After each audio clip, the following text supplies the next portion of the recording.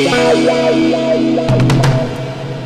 auteur, un ouvrage, une édition, Radio Éthique vous propose d'arpenter les rayons de sa bibliothèque écologique et responsable.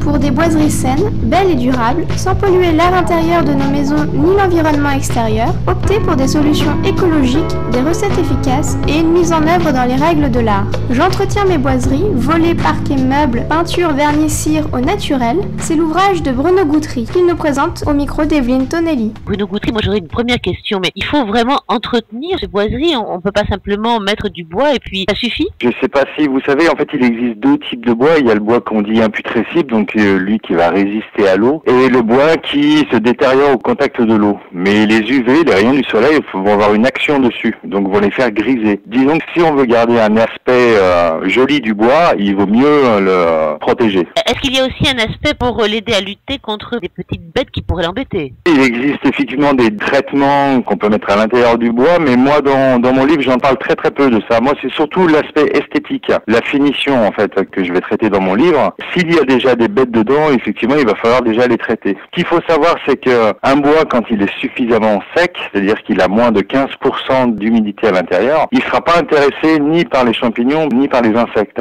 Donc le mieux c'est d'utiliser de toute façon un bois sec. Si c'est pas le cas, de le laisser sécher avant de le peindre ou de le lazurer. Et donc il est possible aujourd'hui d'entretenir ces boiseries au naturel. Est-ce que c'est compliqué? Est-ce qu'on trouve ces produits facilement? Alors on les trouve de plus en plus facilement. Je dirais qu'il y a 10 ou 15 ans en arrière c'était un petit peu difficile, mais maintenant on arrive à trouver beaucoup de commerces un peu dans tous les départements, donc ça devient de plus en plus facile. Et les produits se sont nettement améliorés, donc ils sont vraiment à la portée de tous, je dirais. Alors on va trouver deux solutions. On va trouver soit des produits prêts à l'emploi, mais on peut aussi les fabriquer soi-même. Et moi dans le livre, donc je vous propose les deux manières. Donc il y a des recettes prêtes à l'emploi. Pourquoi est-ce important d'utiliser des produits naturels? Ne serait-ce que pour celui qui va les utiliser. Ce qu'il faut savoir, c'est que le produit, qu'il soit naturel ou synthétique, il est liquide au départ. Et donc la partie liquide va s'évaporer, va se retrouver dans l'air. Donc cette substance qui est dans l'air, on va la respirer. Donc elle peut être nuisante pour l'homme qui l'utilise, mais aussi pour l'environnement. Donc ce gaz va rester dans l'air et il y a certains produits qui peuvent émaner pendant plusieurs années. Et puis même au niveau de la fabrication, ce qu'il faut se rappeler, c'est que quand on fabrique un produit de synthèse, il faut à peu près 9 kilos de matière première pour obtenir 1 kilo de produit fini. Donc ces 8 kilos qui restent, c'est un déchet. S'il est mal retraité, il va se retrouver dans les eaux ou dans les airs. Donc pour l'habitant et pour l'environnement. Et alors donc nous voulons entretenir nos boiseries et nous allons choisir plusieurs types de finitions. Est-ce que vous pouvez nous les définir un petit peu chacune? Alors on va trouver principalement ce qu'on appelle les huiles. En fait les huiles, donc c'est un produit qui va nourrir le bois et qui va garder l'aspect du bois. Donc ce produit on va l'utiliser uniquement en intérieur si on veut protéger son bois mais garder l'aspect. Donc il va avoir une légère petite teinte miel. Autrement si on veut légèrement le teinter toujours en gardant la veine du bois, là il vaudra mieux utiliser ce qu'on appelle une lasure qui peut être aussi utilisée à l'extérieur. C'est une huile teintée si vous voulez. On peut trouver aussi ce qu'on appelle les lacs. Les lacs c'est ce qu'on appelle vulgairement la peinture à l'huile. Donc c'est un produit qui est opaque, lui qui va cacher l'aspect du bois, donc qui pourrait être aussi bien utilisé en intérieur qu'en extérieur. On va trouver aussi ce qu'on appelle le vernis. Alors le vernis, lui, va garder l'aspect. En fait, il va être là uniquement pour protéger. Donc c'est une couche qui va être en surface. Tout ça, c'est des termes génériques, que ça soit synthétique ou naturel, ça a toujours le même nom. Il y a des gens qui me disent, oui, mais le vernis, c'est pas terrible et tout, parce que ça a une connotation de quelque chose qui est très dur, qui est très synthétique. Et non, il existe des vernis naturels. Alors justement, vous nous donnez quelques recettes tout à fait étonnantes et originales pour créer soi-même, par exemple, son huile pour boiserie. Je dirais que c'est la recette la plus simple parce qu'il suffit d'avoir de l'huile et de l'essence. L'essence, elle va être là pour diluer l'huile, pour l'aider à pénétrer et faciliter l'application. Donc il faut utiliser une huile. Moi j'utilise beaucoup d'huile de noix parce qu'en fait je suis en hiver et j'ai beaucoup de noyers autour de moi. Généralement on utilise l'huile de lin. Alors j'ai tendance à préconiser que pour les dernières couches il vaut mieux utiliser de l'huile cuite.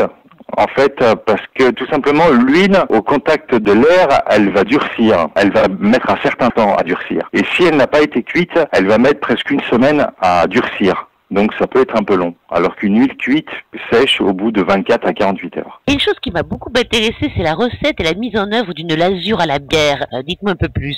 Pour simplifier, en fait, une peinture elle est toujours composée d'une partie collante qui s'appelle le liant et d'une charge. La charge, c'est ce qui apporte la couleur, qui va donner l'opacité ou la couleur dans un lasur. Et donc, la bière, elle est collante. En fait, elle est à base de végétaux, de céréales. Donc, on peut très bien l'utiliser en la mélangeant avec un pigment et on obtient donc une peinture qui est transparente, donc qui est teintée, transparente, et on peut l'utiliser comme lasur. Donc, cette lasur, bien sûr, elle pourra être utilisée qu'en intérieur parce que au contact de l'eau, la bière va se rediluer et va partir. Mais si on a des plafonds, des choses comme ça, en fait, qu'on veut ou qu'on voudrait simplement teinter, on peut l'utiliser, faire un lasur à la bière. Est-ce que tous les conseils que vous donnez sont à la portée de personnes qui sont moyennement qualifiées en bricolage? Je dirais que oui, quand même. Il y a des techniques qui sont un petit peu plus compliquées. En fait, j'ai essayé de les mettre dans l'ordre de difficulté. Je dirais que les lasurs et les lacs, c'est peut-être les plus compliqués, tout simplement parce qu'en fait, il y a l'utilisation d'un pigment qu'il faut broyer. Le pigment, quand on l'achète en poudre, il est un petit peu gros, et donc il faut le broyer. Donc il y a une préparation qui est un peu longue et minutieuse pour que le pigment soit le plus fin possible. Mais autrement, elles sont à la portée de tous. En tout cas, j'ai essayé de donner des recettes qui sont suffisamment simples pour que les gens puissent